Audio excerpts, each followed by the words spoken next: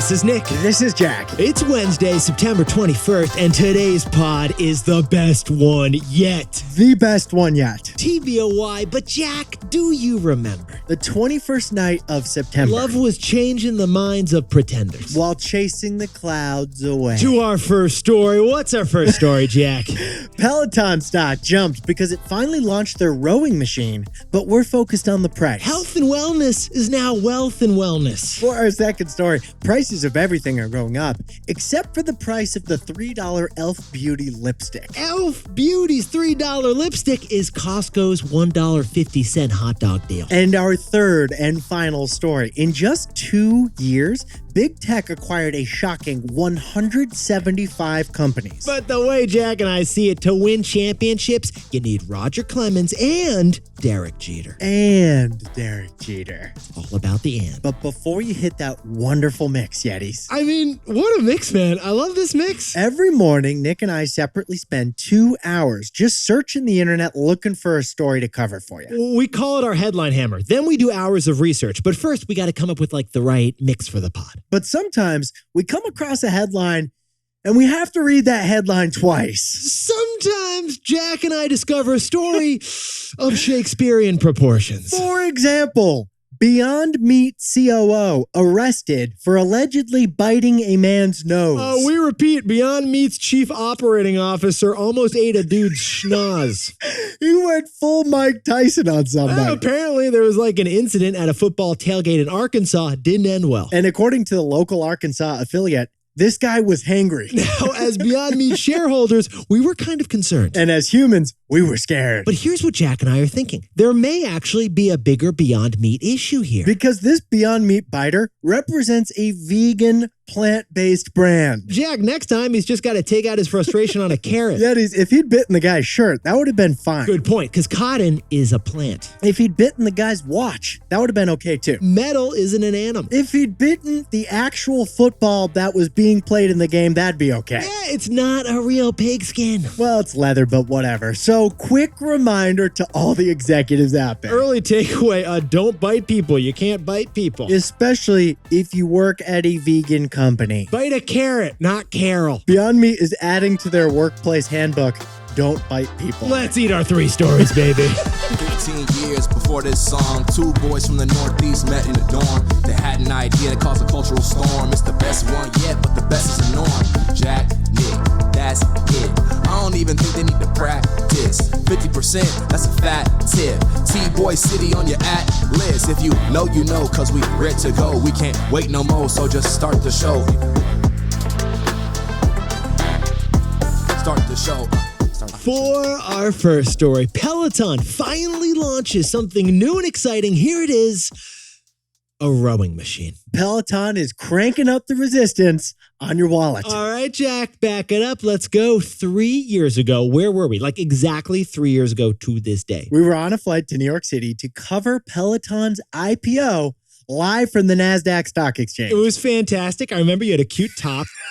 And we interviewed the chief product officer of Peloton. And remember, we had a gotcha question, a question we were really excited to ask him. Remember what it was? We asked, what is Peloton's next product going to be? And he said nothing. He actually wouldn't tell us. It was a little frustrating. We were kind of hoping he would say something. He didn't disclose anything. But even back then, the rumors were that Peloton was going to launch a rowing machine. Well, 3 years, 2 Olympics, and 1 pandemic later, Peloton has finally launched the rowing machine. Their bike launched in 2012. Their treadmill launched in 2018. And yesterday, the Peloton Row. Okay, hopefully this one doesn't kill a Sex and the City character. In the meantime, can you describe this thing? How does this look, Jack? All right, it's like the bike. It has a big screen that will yell at you like a live coxswain in front of your face. And when you're not using it, you can fold it up like a Nutella crepe and it goes right in the corner of your house. Nice and compact. It barely takes up any space. It looks very sleek. Now, here's what Jack and I find fascinating about this story. Peloton says that rowing requires 86% of your muscles. But rowing also apparently requires 86% of your wallet, Jack. This thing starts at $3,200. Are you rounding on that? What's going on, Jack? $3,200. And the first flock of these Peloton rows are going to arrive in December, right before the holidays. All right, one sec while I take out a third credit card. Low impact on your joints, high impact on your savings account. Full body workout, full budget blowout. Okay, this is really another testament to that trend you and I have been noticing, Jack. Health and wellness is really wealth and wellness. If you want to look fit, you're going to need a spotter, and that spotter is a personal banker. But Yetis, this product isn't supposed to be affordably priced. Exactly. It's pricey, and that's the point. That's the point. So, Jack, what's the takeaway for our buddies over at Peloton? Peloton is copying the iPhone menu. All right, Yetis, you think of the iPhone as a premium product because, the most expensive iPhone is $1,600. Yeah, the 14 Plus Max, it's a doozy. But the cheapest iPhone is a quarter of that. It is. iPhone SE is $429. Yeah, because Apple knows it needs a range of products to reach every possible customer. Different customers have different willingness to pay for a phone, and Apple wants all those customers. And that is exactly why Peloton is now offering an app for just $13 a month, a bike for $100 a month, and now a rower for $200 a month. Different prices for different products. Let both Apple and Peloton make a profit off everyone. Just like the iPhone, Peloton is using a menu to get every inch of your willingness to pay.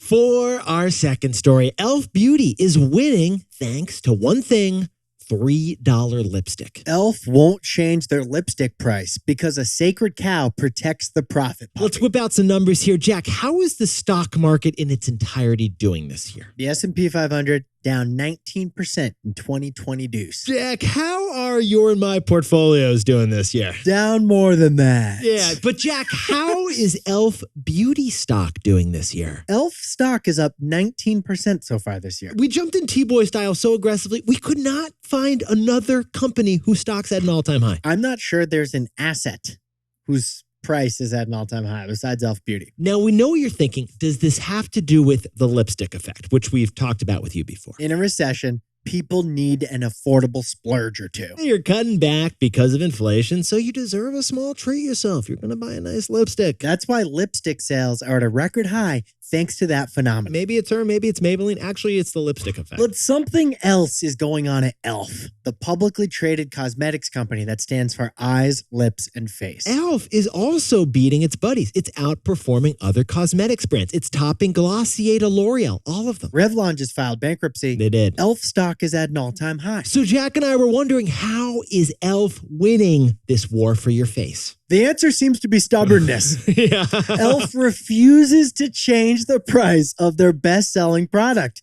their lipstick. All right, Jack and I literally just paid double digits for a latte, and yet e.l.f.'s $3 lipstick is still $3. Same price it was 18 years ago when the company was created. We got inflation at a 40-year high. That means there's huge pressure on e.l.f. to raise prices, and yet e.l.f. won't raise prices of that lipstick. Part of the reason they're keeping the price stable is psychology. Okay, this is fascinating. If a small round price changes, it's more conspicuous to us consumers, and we might get kind of angry. If a $27.43 t-shirt becomes $28.47 at H&M, you're not going to notice that price change. You're still going to get that t-shirt, and you're still going to tell people, yeah, this is my H&M t-shirt. But if a $3 lipstick becomes $3.50, that is a cosmic shift, and you're going to text Lauren about it. You're going to call your mom if e.l.f. does that. So e.l.f. won't touch the price of the $3 lipstick because they're worried you might break up with them because of it. So this may not be stubbornness. This may be strategy. Jack, what's the takeaway for our buddies over at e.l.f.? A sacred cow protects a profit puppy. Besties, sometimes one product builds a relationship so emotional with the customer, you don't mess with it. The relationship is so sacred, it's worth defying the laws of economics to maintain it. And Jack and I are noticing that these sacred cow products tend to be low-price, loved products. Costco's legendary $1.50 hot dog deal. Exactly. Arizona's iconic 99-cent tall boy iced tea can. They protect the relationship with the customer using a sacred cow product, which allows them to raise prices on everything else. So e.l.f. is sticking by that $3 lipstick. It's e.l.f.'s sacred cow. It protects the profit puppies, and it's resulting in all-time highs.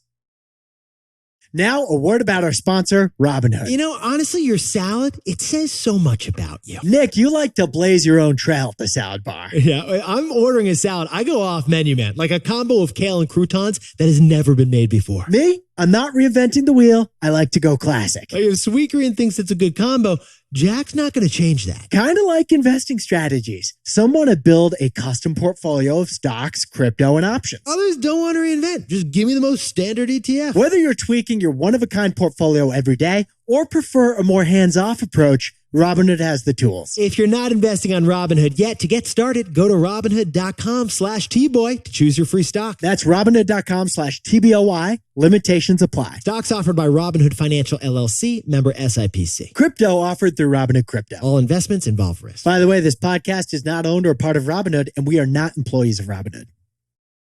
For our third and final story, over 2 years, the 5 biggest tech companies bought, get this, 175 other companies. The result, these companies have become the New York Yankees of business.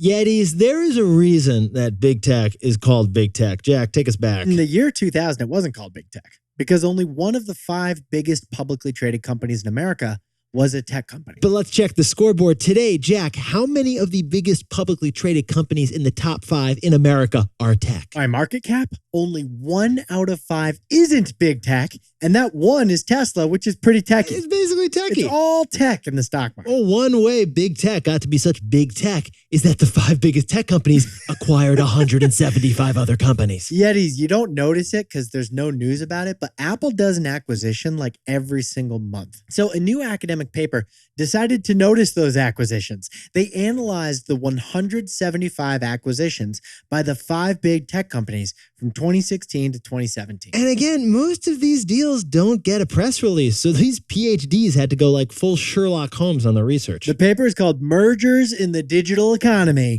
written by Belgian Axel Gauthier and Joe Lameche. Now, just in case you don't have 43 hours to read this thing, Jack and I are going to whip up the early takeaway on the paper for you. There were 3 key reasons that these tech companies acquired other companies. 3 reasons why big tech acquired all those other companies. And the first reason, Jack, what is it? It's to grow into a new product area. Yeah, like Amazon acquiring Whole Foods or like Microsoft acquiring LinkedIn. Why do when you can buy is what they're thinking. Now, the second reason these big tech companies acquired a whole lot of companies is a lot more common. They basically treat a startup like a car. They do. They buy the startup and strip it down for their best parts and throw the rest away. Besties, if you like Face ID on your iPhone, that's a great feature, but Apple didn't create it. No, that was the key asset of Israel's PrimeSense, which is a startup that Apple acquired. But the third reason why all these big tech companies acquired a whole bunch of other companies is actually the most impactful. It's the competition crush. Basically, pick your biggest threat that keeps you up at night, buy that threat, and then you can start sleeping at night. That's what happened when Google was already dominating with Google Maps, but they felt a little threatened, so they acquired Waze, the number 2 map app. Exactly. Now, we should point out that very few of these mergers face any antitrust scrutiny individually. Even though collectively, they've helped make big tech way even bigger tech. Which made Jack and I think of a baseball game. So, Jack, what's the takeaway for our buddies over in big tech? Big tech is pulling a move straight out of the 1998 Yankees. Jack, our prime baseball years, the late 90s, early 2000s, those were the Yankee gears. Oh, they were glorious years. Duque, Constantino Martinez, Posada, Ruben Sierra. Who's on first? These are Hall of Fame names. But that's because the Yankees had a great farm system and signed top free agents. And you know what?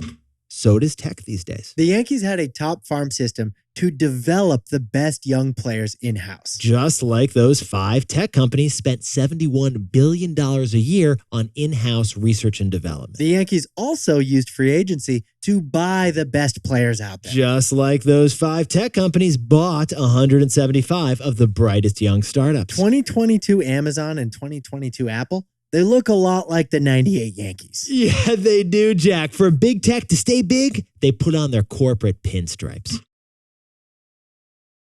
Jack, can you whip up the takeaways for us over there? Peloton Row is here, starting at $3,200. Yeah, they're copying the iPhone menu to capture everyone's willingness to pay. Our second story is Elf Beauty. They will not change the price of the $3 lipstick. No, they won't, because that sacred cow protects the profit puppy. And our third and final story is Big Tech acquiring 175 companies in a 2-year stretch. They're doing it just like the 98 New York Yankees. Now, time for the best fact yet. This one sent in by legendary Yeti Alberto Reyes from lovely Omaha, Nebraska. Push and play. Here we go. Hello besties, this is Alberto from Omaha, Nebraska. September 15 through October 15 is considered Hispanic Heritage Month. Enacted into law in 1988, 2022 marks 34 years for this celebration. With 20 Hispanic countries and 1 territory, there's a Hispanic bestie out there to celebrate the wins. Alberto, honestly, you inspired us on this one.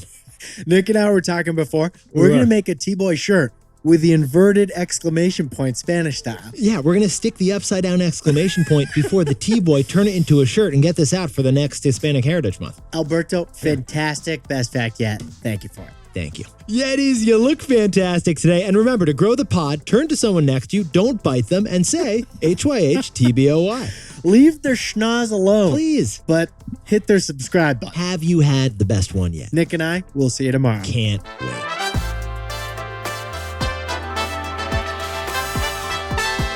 And before we go, congrats to Yeti Taylor Webster, who's got a new 8-pound baby boy named Jack over in Boston. And congratulations to Branda and Christina Worf for celebrating 15 years together over in Missouri. And Mandy Johnson's got a 4-year wedding anniversary over in Colorado. And congrats to Angela Shue for getting a new job up in Toronto. Meanwhile, Chris Gimler is turning 29 down in Palm Beach with some tuna burgers. Birthday greetings to the Colorado Rockies, where Craig Minoff is turning 34. Meanwhile, Terrence Brake further north is having a birthday in Billings, Montana. Happy birthday to Aaron Tucker in Houston, Texas. And William Madrid is turning 37 for the very first time, also in Houston. You always remember your first 37. Oh, and Jack Truls, who's a bestie from Oslo, Norway, is heading to New York City for the very first time. He wants some advice. What do we got? Hit the High Line, try out the city bikes. Great call. Great call. Keep going. Magnolia Cupcakes. Why not? And soak up the subway. You can't go wrong with that combo. Maybe a burger in Madison Square Park to end it. Where specifically? Shake Shack. This is Nick. Nick on stock of Shake Shack. This is Jack. I own stock of Amazon. Nick owns stock of Beyond Meat. And we both own stock of Apple, Peloton, and Robinhood. And we both own ETFs of the S&P 500. Now, a word about our sponsor, Robinhood. Okay, so Jack and I both worked in finance for a while. And we know the 6-monitor Bloomberg jockey with charts, numbers, balances, and more charts. They got coffees in both hands while they're executing some complex trade on a soybean future. Well, we're not trying to impress with our mission control trading center. Just give us an app, please. Robinhood, with its mobile-first and intuitive design, it lets you trade with just a few quick taps on their app. And even if things still don't seem easy, Robinhood has your back 24/7 with its live and robust customer support. If you're not investing on Robinhood yet, to get started, go to Robinhood.com/Tboy and choose your free stock. That's Robinhood.com/TBOY. Limitations apply. Robinhood Financial LLC, member SIPC. All investments involve risk. By the way, this podcast is not owned by or part of Robinhood, and we are not employees of Robinhood. You know what that was kind of like? When you find out later on in Game of Thrones that Hodor is saying, hold the door. It's like you planted that there in the past. Like you went into in season 2. I planted that, and then we discovered it in season 4. We discovered it in the takeaway.